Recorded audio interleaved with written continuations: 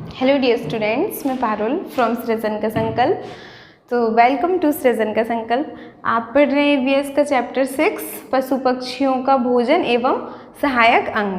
ठीक है, तो हम इस चैप्टर का कुछ पार्ट लास्ट वीडियो में कंप्लीट कर चुके हैं। आज हम कुछ पार्ट इसका और कंप्लीट करेंगे। तो आज जो आपका टॉपिक है वो है पक्षी भोजन कैसे खाते हैं। पक्षी भोजन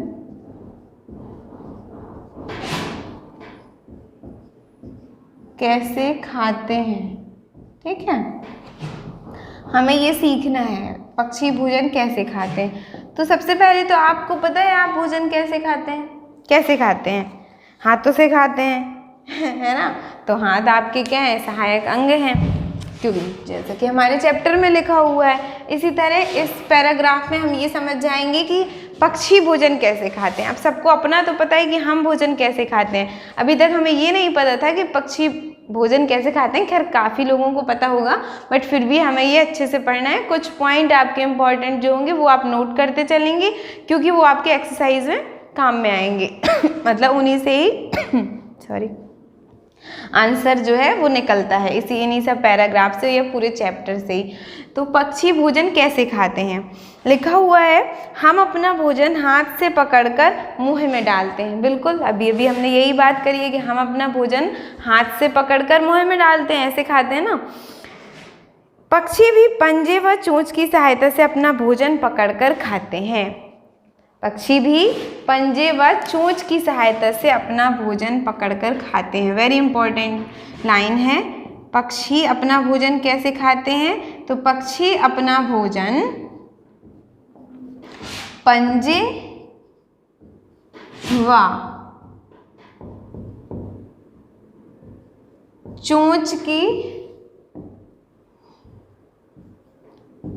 व चोंच की सहायता से खाते हैं। जिस प्रकार हम अपना भोजन हाथों से खाते हैं, उसी प्रकार पक्षी अपना भोजन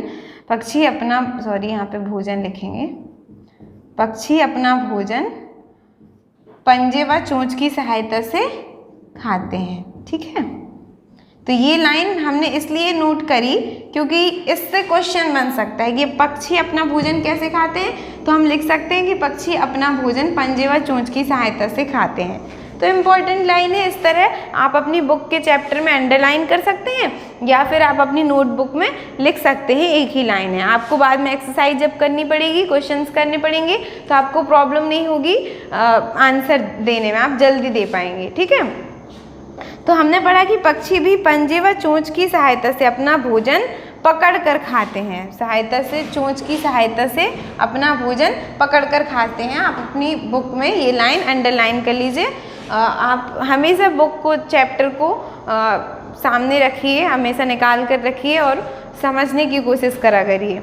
ठीक है, तो नेक्स्ट लाइन है हमारी, पक्षियों के पंजे व चोंच की बनावट उनके खान पान के अनुरूप होती है। पक्षियों के चोंच व पंजे की बनावट, आपने अगर कभी ध्यान दिया होगा, हर पक्षी की एक जैसी चोंच नहीं होती है कभी भी। हर पक्षी का एक जैसा पंजा नहीं होता है कभी भी, है ना। ये डिफरेंट होते हैं। तो सबकी जैसे अलग अलग प्रजातियां होती हैं, तो उन्हीं के सबके अलग अलग होते हैं। तो इनकी जो चोंच की और पंजे की जो बनावट है वो अलग अलग इसलिए बनाई गई है कि उनको खाने पीने में या कोई भी चीज़ को पकड़ने में कोई परेशानी ना आए।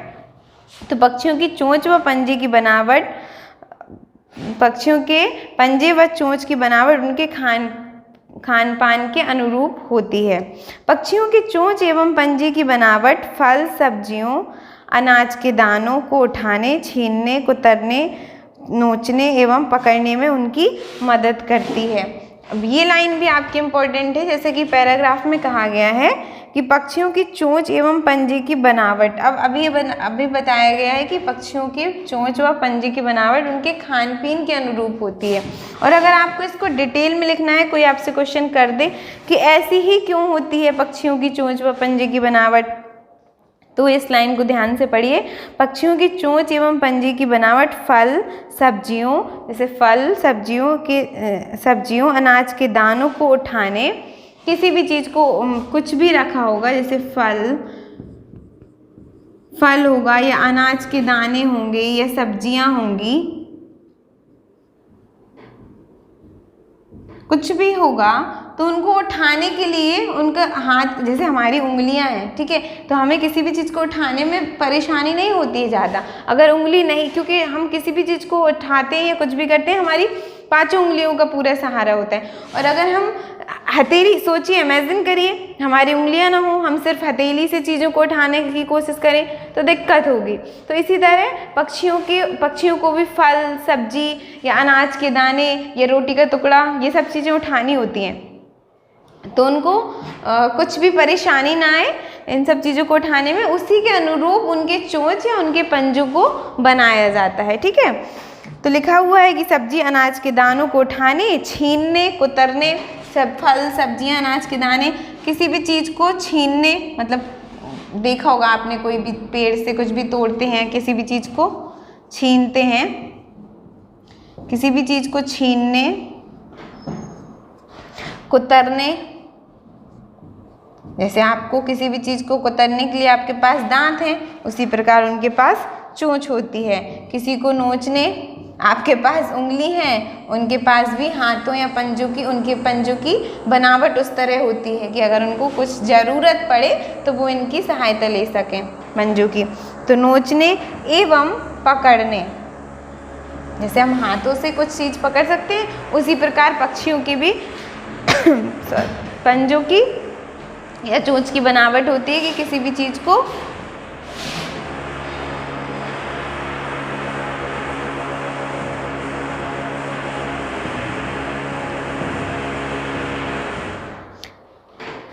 पकड़ने में उनकी मदद करें,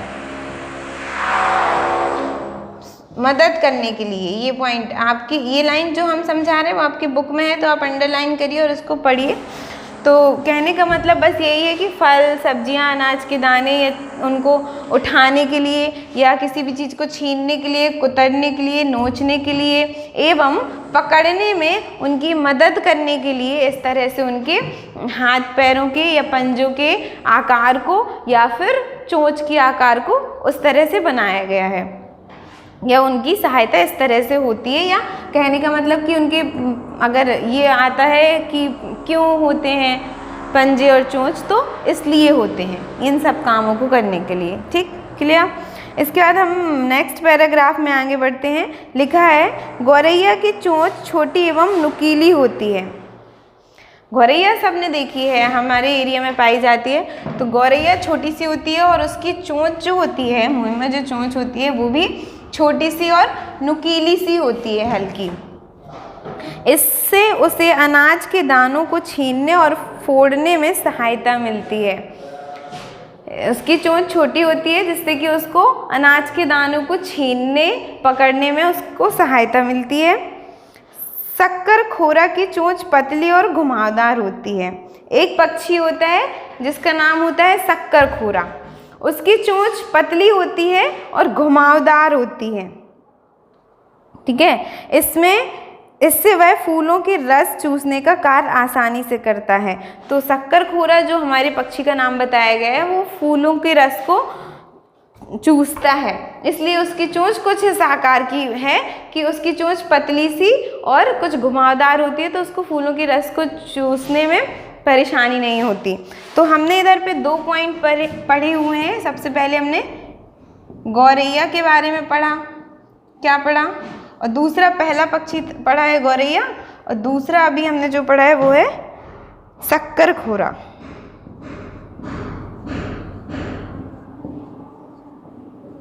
ठीक है, शक्करखोरा।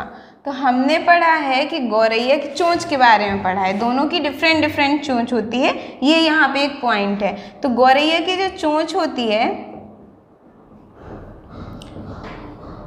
वो छोटी और नुकीली होती है, छोटी और नुकीली होती है, ये खासियत है उसकी चोंच की, ठीक, क्योंकि उसकी बनावट ऐसी है। और जो शक्करखोरा की चोंच होती है वो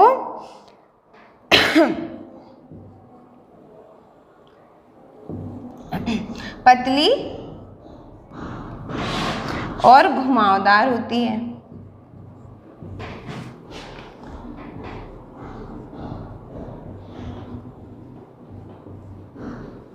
ठीक है। तो ये दोनों में डिफरेंस है। यही सब हमने लास्ट अभी पैराग्राफ में पढ़ा है कि सबकी अलग अलग होती है। तो क्यों होती है? क्योंकि उसको फूलों के रस को चूसना होता है और इसकी चोंच ये किसी भी चीज़ को छीनने या पकड़ने के लिए इसकी छोटी और नुकीली होती है, और शक्करखोरा जो हमारा दूसरा पक्षी है उसकी चोंच पतली और घुमावदार होती है। इस पैराग्राफ में हमने ये समझा, ठीक है।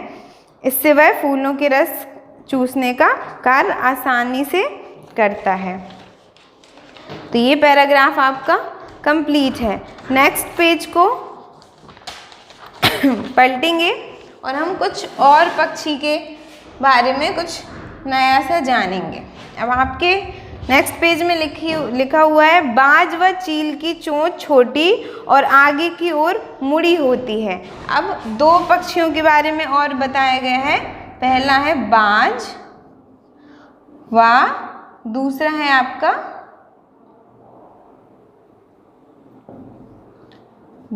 आपका चील।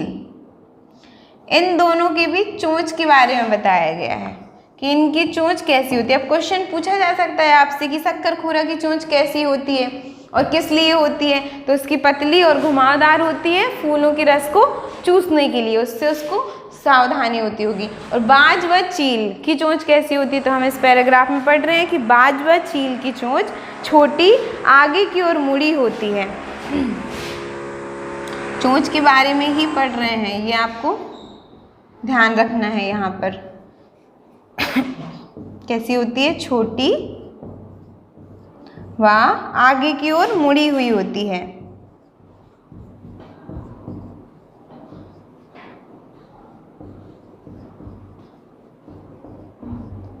छोटी होती है, आगे की ओर मुड़ी होती है। ये पॉइंट नोट करने लायक है, इनसे क्वेश्चंस बन सकते हैं क्योंकि ये हमने चैप्टर में पढ़े। तो बाज व चील की चोंच के बारे में आपको पता लगा यहाँ पर कि छोटी व आगे की ओर मुड़ी होती है, ठीक है। इसके बाद नीचे लिखा हुआ है तथा पंजे नुकीले होते हैं। अब ये इनकी चोंच के बारे में और इनके पंजों के बारे में, बाज व चील के पंजों के बारे में भी हम जानेंगे। इनके पंजे जो होते हैं वो नुकीले होते हैं।